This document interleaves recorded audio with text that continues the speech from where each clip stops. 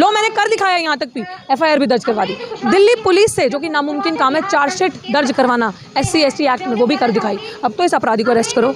अब तो इस ऐसी औरतें, इनको, ये गुंडे हैं, इनको रखा जाता है हम लोगों का बुरा करने के लिए, दलित आदिवासियों का गला घोटने के लिए। अगर ये बताइए इसको किस चीज़ का 5 सितंबर को सम्मानित किया गया मल्टीपर्पज़ हॉल में? क्यों सम्मानित किया गया ऐसी महिला को जिसके ऊपर चार्जशीट है?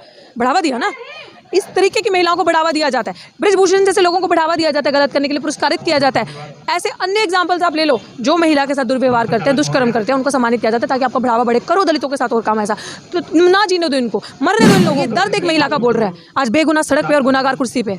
ये है भारत देश के अंदर असली कानून जो चल रहा है। ये है कानून का दूसरा चेहरा, उनके लिए कुछ और, हमारे लिए कुछ और।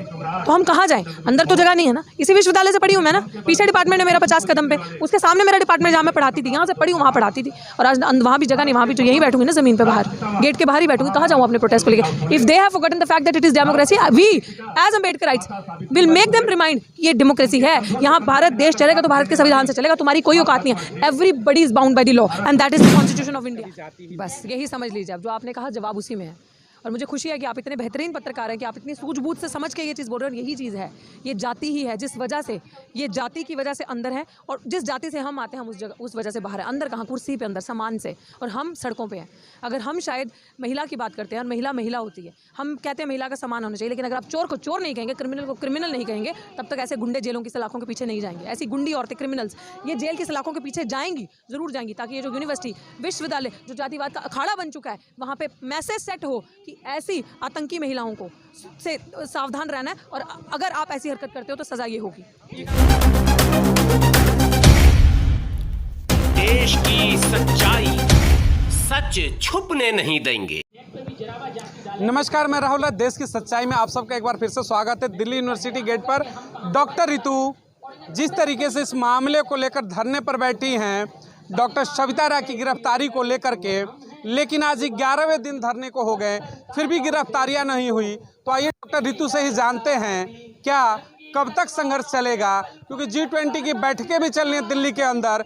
पूरे दुनिया से लगभग 20 से ऊपर राष्ट्राध्यक्ष आते हैं, लेकिन हमारे ही देश के जो राष्ट्राध्यक्ष कह सकते हैं आप, जिन्हें प्रधानमंत्री, डॉक्टर रितु की शायद वो आवाज़ उन तक नहीं पहुंच रही है। क्यों नहीं पहुंच रही है, उन पर चर्चा करेंगे। मैडम, G20 की बैठक है, तमाम देशों के राष्ट्राध्यक्ष हैं, लेकिन इस दलित बेटी की आवाज़ क्या मुखिया तक नहीं जा रही है? क्या मुखिया तक भी जा रही है? जब देश विदेश में जा रही है तो देश में नहीं जा रही। जब हमें विदेश से फ़ोन आ रहा है, विदेश के चैनल कवर कर रहे हैं, तो देश में नहीं जा रही। सबको सब पता है, नियत नहीं है, क्योंकि दलित दिखते नहीं हैं। दलित सिर्फ उस दिन दिखते हैं जिस दिन वोट हो, जिस दिन इलेक्शन हो, जिस दिन चुनाव हो। उन रैलियों में दलित चाहिए। उन रैलियों के चुनाव में जनता को भड़काने के लिए, बरगलाने के लिए, धोखाधड़ी करने के लिए, छोटे छोटे पौए दारू के लालच में खरीदने के लिए दलित चाहिए। अदरवाइज़ दलितों का कोई भी अस्तित्व नहीं है इस देश में। तो ये वही हो रहा है। आज 11 दिन हो गए इस प्रोटेस्ट को, अनिश्चितकालीन धरना, दिन और रात। राष्ट्रपति, प्रधानमंत्री से तो चलो दूर जाइए, क्या इस कुलपति को नहीं दिख रहा? दिल्ली विश्वविद्यालय के वाइस चांसलर हीज पे बैठे हैं, आर्ट्स फैकल्टी गेट नंबर 4 यहाँ से पढ़ने जाते हैं, वो वाइस चांसलर का ऑफिस है सामने, उनको नहीं दिख रहा कि क्या हो रहा है। उनके कैमरामैन यहाँ पे वीडियोग्राफी करने आते हैं, कैमरा वीडियो बना के लेके जाते, क्या वो नहीं देख रहे? जब CCTV में देखते होंगे तो खुश होते होंगे, वाह देखो हमने क्या काम किया, देखो क्या प्रताड़ित किया हमने दलितों को, इनकी सही जगह यही है, वो ये सोचते होंगे, इसलिए नहीं देख रहे। और रही बात G20 की बैठक की, हम, प्रधानमंत्री कौन है? सेवक है ना, प्रधान सेवक। जनता उन्हें चुनती है, हमारी सुरक्षा करो, हमारी सेवा करो, हमारे लिए अच्छी अच्छी सड़कें बनाओ, अच्छी अच्छी चीज़ लाओ, अच्छी अच्छी फैसिलिटीज़ दो, है ना। तो वो सेवक है जनता के। तो जो G20 की होस्ट हैं वो कौन है? वो हम हैं। जनता जो है वो G20 की होस्ट है, हम G20 के असली होस्ट हैं। लेट अस शो देम ना कि it is independent country, we have democracy in our country. So democracy में लोग प्रदर्शन भी करेंगे, चुनाव, लोग आगे पीछे जाएंगे, खुले में स्पीचेस भी करेंगे। डेमोक्रेसी का तो मतलब ही है आपको आज़ादी। डेमोक्रेसी मतलब आज़ादी, बात रखने की आज़ादी, प्रदर्शन करने की आज़ादी, हर जगह किसी भी जगह घूमने फिरने की आज़ादी, बोलने की आज़ादी, महिलाओं की आज़ादी, ये है ना मतलब। तो आपने G20 को धोखा देना है। अगर आप सही मायने में G20 की आज़ादी G20 को उनको दिखाना चाहते हो, जो मीट हो रहा है, which you are so proud of, जबकि आपका वो एक रोटेशन वर्क है, आप कर रहे हैं, we are happy that India got a chance to do that. तो आप प्लीज़ उनको दिखाओ ना कि एक बेटी जो है वो कितनी परेशान है, और हम बेटी को न्याय दे रहे हैं। सॉरी, हम बेटी को न्याय दे रहे हैं और उस न्याय के लिए हमने इस आरोप अपराधी को सस्पेंड कर दिया। हम भी खुश होके जाएंगे ना, हमें भी लगेगा हम दलित हैं, हमारा प्रधानमंत्री हमारे बारे में भी सोचता है। हम पिछड़े वर्ग के जो लोग आते हैं, गरीब दलित बहुजन, उनके भी अधिकारों की बात होती है। हमें भी लगेगा हमारा अस्तित्व इस देश में है। अभी तक तो कुछ नहीं लग रहा, हमारी कोई बात पूछने नहीं आता। हम गर्मी में बैठे, आज बारिश का मौसम है, बारिश आ जाए, तूफान आ जाए, कोई हमें पूछने नहीं आता आपका क्या हाल है, क्या कर रहे हो। ये हाल है दलितों का। अभी ये किसी सामान्य वर्ग के आदमी ने या किसी भी औरत ने प्रोटेस्ट लगाया होता तो अभी तक सोल्यूशन हो गया होता। डॉक्टर रितु, जो G20 की आपने चर्चा की, उसमें जो सिंबल है उसको बनाया गया इस बार वसुधैव कुटुंबकम। ये शब्द देखिएगा, विश्व को परिवार मानते हैं लेकिन अपने ही समाज का, इसी भारत का 85% का एक हिस्सा, वो भी महिला कहते हैं कि महिलाओं का ही हमारे देश में, देखिए माँ सरस्वती पूजते हैं, माँ दुर्गा पूजते हैं, कदम महिलाओं का इज्जत होता है। कदम कदम पर महिला सम्मान, सशक्तिकरण मंचों से बात की जाती है, लेकिन विश्व परिवार है, वसुधैव कुटुंबकम है G20 का सिंबल।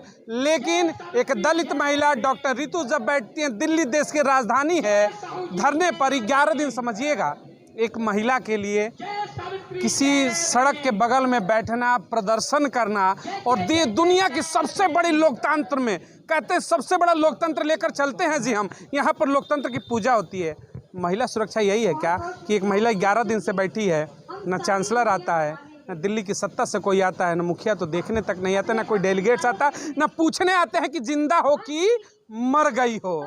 तो ये लोकतंत्र है क्या? यही आपने मेरा जवाब तो खुद ही दे दिया।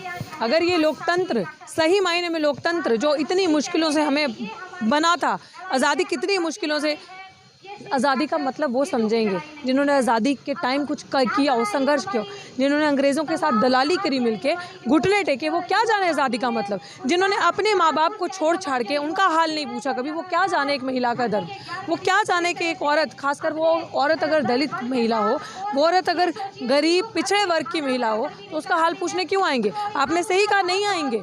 वो तब आएंगे जब वहाँ पे कोई हादसा हो जाएगा, जब या तो आप अपने प्राणों की आहुति दे दोगे, तब वो अपनी चांदी चमकाने आएंगे। ओहो बहुत बहुत बुरा हुआ, ट्वीट आएंगे, राजनीति होगी, फिर उस पर फिर पक्ष विपक्ष भिड़ेंगे। लेकिन तब तक जब जीते जी कोई कह रहा है कि मैं जातिगत भेदभाव का शिकार हूँ, मेरे साथ अन्याय हुआ, लो मैंने कर दिखाया, यहाँ तक भी FIR भी दर्ज करवा दी दिल्ली पुलिस से, जो कि नामुमकिन काम है, चार्जशीट दर्ज करवाना SC ST एक्ट में, वो भी कर दिखाई। अब तो इस अपराधी को अरेस्ट करो। अब तो इस ऐसी औरतें, इनको, ये गुंडे हैं, इनको रखा जाता है हम लोगों का बुरा करने के लिए, दलित आदिवासियों का गला घोटने के लिए। अगर ये ना, बताइए इसको किस चीज़ का 5 सितंबर को सम्मानित किया गया मल्टीपर्पज़ हॉल में, क्यों सम्मानित किया गया ऐसी महिला को जिसके ऊपर चार्जशीट है? बढ़ावा दिया ना। इस तरीके की महिलाओं को बढ़ावा दिया जाता है, ब्रिजभूषण जैसे लोगों को बढ़ावा दिया जाता है, गलत करने के लिए पुरस्कारित किया जाता है। ऐसे अन्य एग्जाम्पल्स आप ले लो, जो महिला के साथ दुर्व्यवहार करते हैं, दुष्कर्म करते हैं, उनको सम्मानित किया जाता है ताकि आपका बढ़ावा बढ़े। करो दलितों के साथ और काम ऐसा, तो ना जीने दो इनको, मरने दो इन लोगों को। यही हाल होता है हमारा। और ये दर्द एक महिला का बोल रहा है आज बेगुनाह सड़क पे और गुनाहगार कुर्सी पे। ये है भारत देश के अंदर असली कानून जो चल रहा है। ये है कानून का दूसरा चेहरा, उनके लिए कुछ और, हमारे लिए कुछ और। तो हम कहाँ जाएं? अंदर तो जगह नहीं है ना। इसी विश्वविद्यालय से पढ़ी हूँ मैं ना, पीछे डिपार्टमेंट है मेरा 50 कदम पे, उसके सामने मेरा डिपार्टमेंट जहाँ मैं पढ़ाती थी, यहाँ से पढ़ी हूँ, वहाँ पढ़ाती थी। और आज वहाँ भी जगह नहीं, वहाँ भी जो यहीं बैठूंगी ना ज़मीन पे बाहर, गेट के बाहर ही बैठूंगी। कहाँ जाऊँ अपने प्रोटेस्ट को लेकर? If they have forgotten the fact that it is democracy, we as Ambedkarites will make them remind ये डेमोक्रेसी है। यहाँ भारत देश चलेगा तो भारत के संविधान से चलेगा, तुम्हारी कोई औकात नहीं है। Everybody is bound by the law and that is constitution of India. उसको फॉलो करना है। अगर वो नहीं फॉलो करेंगे so we will make them to realise कि आप भी उस संविधान के नौकर हैं, आप जनता के नौकर हैं, आप जनता के सेवक हैं। कोई बड़ी बात नहीं है आप MLA MP बन गए, ये कोई बहुत वो बात नहीं है कि आप दुनिया के साथ, आप जनता के साथ बरबत्ता करेंगे और उनकी बात को अनसुना कर देंगे। आप वहाँ पे ड्यूटी करने बैठे हैं, हमारे सेवक हैं, हमारी सुनने बैठे हैं। इसीलिए ये प्रोटेस्ट हो रहा है कि तुम नहीं सुनोगे। ये प्रोटेस्ट तो प्रधानमंत्री के घर के बाहर होना था, बट G20 की इज्जत करते हो, G20 को समझते हो, क्योंकि देश पहले, इसलिए प्रोटेस्ट यहाँ है। आप देख लीजिए संख्या भी ज़्यादा नहीं, कुछ दिन पहले आपने संख्या देखी थी और आज देख लो। इसीलिए हम प्रोटोकॉल को मेंटेन करें, क्योंकि देश हमारा है, देश की इज्जत हमारी, देश की आन बान शान हमारी है। और हम उन लोगों के वंशज हैं जिन्होंने इस देश को बनाया, चाहे बाबा अम्बेडकर हो, डॉक्टर अम्बेडकर, और जिन लोगों ने आज़ादी में, हमारे बाबा दादा आज़ादी में, उन लोगों ने अपना, हमारे फोर फादर्स अपना खून बहाया है। उन लोगों की कुर्बानियों से ये देश बना। ये क्या जाने देश क्या है, ये क्या जाने महिलाओं की इज्जत, महिला विरोधी जो मणिपुर में महिला को नंगन अवस्था में इस तरीके से मार्च करवाते हैं, वो क्या जानेंगे महिला की इज्जत। उनको क्या पता होगा कि दलित बहुजन बच्चियां कितना संघर्ष करके आगे पहुंचती हैं, कैसे कैसे मुश्किल हालातों में हर स्टेप पे आपको अपनी काबिलियत प्रूव करनी पड़ती है, हर स्टेप पे आपको दिखाना पड़ता है नहीं हमारे अंदर मेरिट है, पोटेंशियल है। और जब कभी आपकी अंदर पोटेंशियल दिखता है, आप छोटे वर्ग से आते हैं, आप पढ़ के अपने आप को प्रूव करते हैं, तो ऐसी गुंडियां आगे बिठाई होती है। ये क्रिमिनल्स जो हिस्ट्री शीटर है, जिनका पुराना इतिहास रहा है आपका गला घोटने के लिए, और फिर इनको पुरस्कारित किया जाता है। ये लड़ाई है हमारी लड़ाई तो इंसाफ की, बराबरी की, क्या जीने की भी लड़ाई है हमारी। देखिए, दो चेहरे में दिखाऊंगा मैं, बस थोड़ा सा समय लूंगा मैडम। आप एक चेहरे को दिखाइए गए डॉक्टर सविता राय का चेहरा, और एक चेहरे को दिखाइए गए यहाँ पर डॉक्टर रितु। दोनों महिलाएं हैं, सिमिलरिटी देखिएगा, ये भी फीमेल पर्सन और फीमेल पर्सन। समझिएगा इन चीज़ों को मैं दो चेहरे क्यों दिखा रहा हूँ। देश की जो दो व्यवस्थाएं हैं, ये जो व्यवस्था है 5 सितंबर को नीचे देखिएगा, इनके ऊपर आईपीसी की तमाम धाराएं हैं, 465, 468, 471, 120B, ये तमाम मतलब इनके ऊपर चार्जशीट लगे हुए ये धाराएं हैं आईपीसी की कानून के तहत। और ये महिला असिस्टेंट प्रोफेसर, और समझिए कि 5 सितंबर को सम्मानित किया जाता है, तो देश में तो सवाल उठता है कि क्या जिसके ऊपर आईपीसी की तमाम धाराएं लगती हैं, शिक्षक दिवस के दिन उसे सम्मानित किया जाएगा। और जो दलित महिला, पता है कि देश में शिक्षा का स्तर क्या है, वो भी दलित समाज में, वो भी एक महिला के लिए, ये छुपा नहीं है किसी के लिए। अगर उसके साथ ऐसा अन्याय होता है तो सवाल तो फिर बड़ा प्रश्न चिन्ह खड़ा कर देता है। महिला या फिर अगड़ा और पिछड़ा महिलाओं में भी अंतर होगा क्या? महिला तो महिला होनी चाहिए, महिला का सम्मान समान होने मामा होनी चाहिए। ये ऐसा तो नहीं है कि डॉक्टर रितु दलित हैं तो लड़ती रह जाएंगी। डॉक्टर सविता पे तमाम केसेस लगे हैं, फिर भी उनको सम्मानित किया जाएगा। यही बात है, जाति जो कभी नहीं जाती, कभी जाती ही बस यही समझ लीजिए। अब जो आपने कहा जवाब उसी में है। और मुझे खुशी है कि आप इतने बेहतरीन पत्रकार हैं कि आप इतनी सूझबूझ से समझ के ये चीज़ बोल रहे हैं। और यही चीज़ है, ये जाति ही है जिस वजह से, ये जाति की वजह से अंदर है, और जिस जाति से हम आते हैं हम उस वजह से बाहर है। अंदर कहाँ, कुर्सी पे अंदर, सामान से, और हम सड़कों पे हैं। अगर हम शायद महिला की बात करते हैं और महिला होती है, हम कहते हैं महिला का सम्मान होना चाहिए, लेकिन अगर आप चोर को चोर नहीं कहेंगे, क्रिमिनल को क्रिमिनल नहीं कहेंगे, तब तक ऐसे गुंडे जेलों की सलाखों के पीछे नहीं जाएंगे। ऐसी गुंडी औरतें, क्रिमिनल्स, ये जेल की सलाखों के पीछे जाएंगी, ज़रूर जाएंगी, ताकि ये जो यूनिवर्सिटी, विश्वविद्यालय जो जातिवाद का अखाड़ा बन चुका है, वहाँ पे मैसेज सेट हो कि ऐसी आतंकी महिलाओं को से सावधान रहना है, और अगर आप ऐसी हरकत करते हो तो सज़ा ये होगी। एक आखिरी सवाल लेना चाहूँगा मैं, एकदम सॉरी चाहूँगा आपसे। देखिएगा, एक मेरा ये आखिरी सवाल है कि कहते हैं जी कि देखो देश में बड़े आपने ये नारे सुने होंगे, बेटी बचाओ बेटी पढ़ाओ। बेटी बची भी, बेटी पढ़ी भी, पढ़ के असिस्टेंट प्रोफेसर भी बनी, लेकिन जो सिस्टम का जाल है कहता है कि बैक डोर पे फिर से खींच करके ले जाऊंगा आपको। तो बेटियां जब तक जिंदा हैं पढ़ के आ जाती हैं, सम्मान नहीं है। लेकिन अगर उसी बेटी के साथ कुछ हो जाता है तो पॉलिटिकल टूरिज्म जो हमारे देश का है चरम पे आ जाता है, कोई भी पार्टियां हो। लेकिन आप दिल्ली बैठो, यहाँ से चंद कदमों की दूरी पर संसद और देश की तमाम पॉलिटिकल पार्टियों के मुख्य कार्यालय हैं। यहाँ पॉलिटिकल टूरिज्म क्यों नहीं लग रहा है? क्या डॉक्टर रितु जिंदा है? गुनाह है क्या? जब कोई मरेगा तभी टूरिज्म लगेगा क्या? परफेक्ट। क्योंकि ये लोग वो हैं जो भोगों पे आते हैं, 13वीं पे आते हैं, कैंडल मार्च पे आते हैं।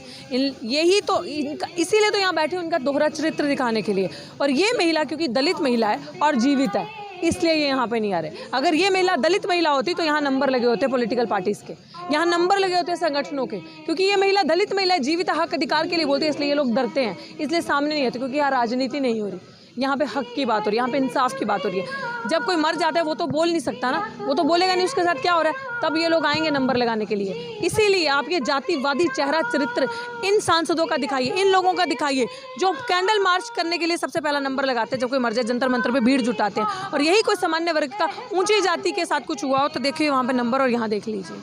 चलिए, बहुत बहुत धन्यवाद। आपने देखा होगा निर्भया कांड हुआ था, कैंडल से पूरा दिल्ली पट गया था, देश में एक उबाल आया था महिलाओं के सम्मान के लिए।